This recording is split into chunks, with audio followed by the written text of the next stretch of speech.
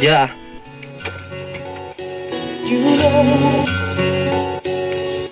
Sí. Ajá.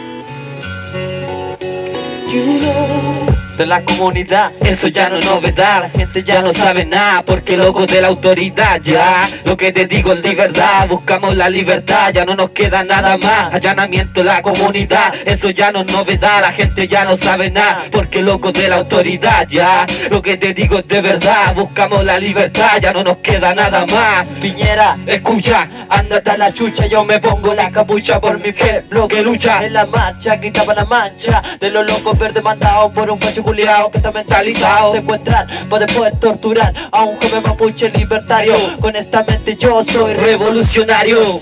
Yo creo que no miente hasta el diario, porque dice todo lo contrario de lo que ocurre en este país, donde el presidente está sentado y no se ocurre, ya que por actuar ir a la protesta y nunca arrancar, no. Y si vienen los pacos nos enfrentamos, aunque nos peguen unos cuantos palos, la aguantamos hermanos, nosotros seguiremos luchando por nuestro pueblo que sigue peleando, no lo dejaremos solo ni cagando. ya.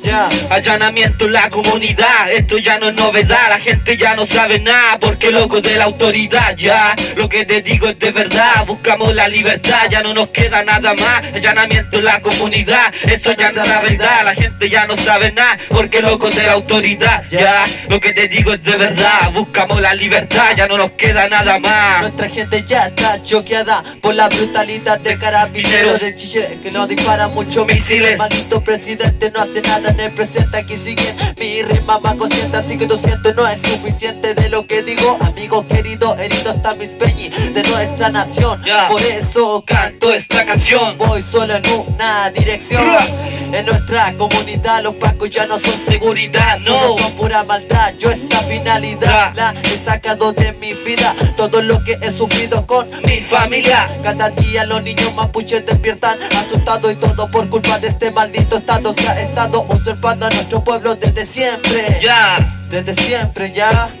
Allanamiento en la comunidad, esto ya no es novedad, la gente ya no sabe nada, porque locos de la autoridad, ya. Lo que te digo es de verdad, buscamos la libertad, ya no nos queda nada más. Allanamiento en la comunidad, esta es nuestra realidad, la gente ya no sabe nada, porque locos de la autoridad, ya. Lo que te digo es de verdad, buscamos la libertad, ya no nos queda nada más.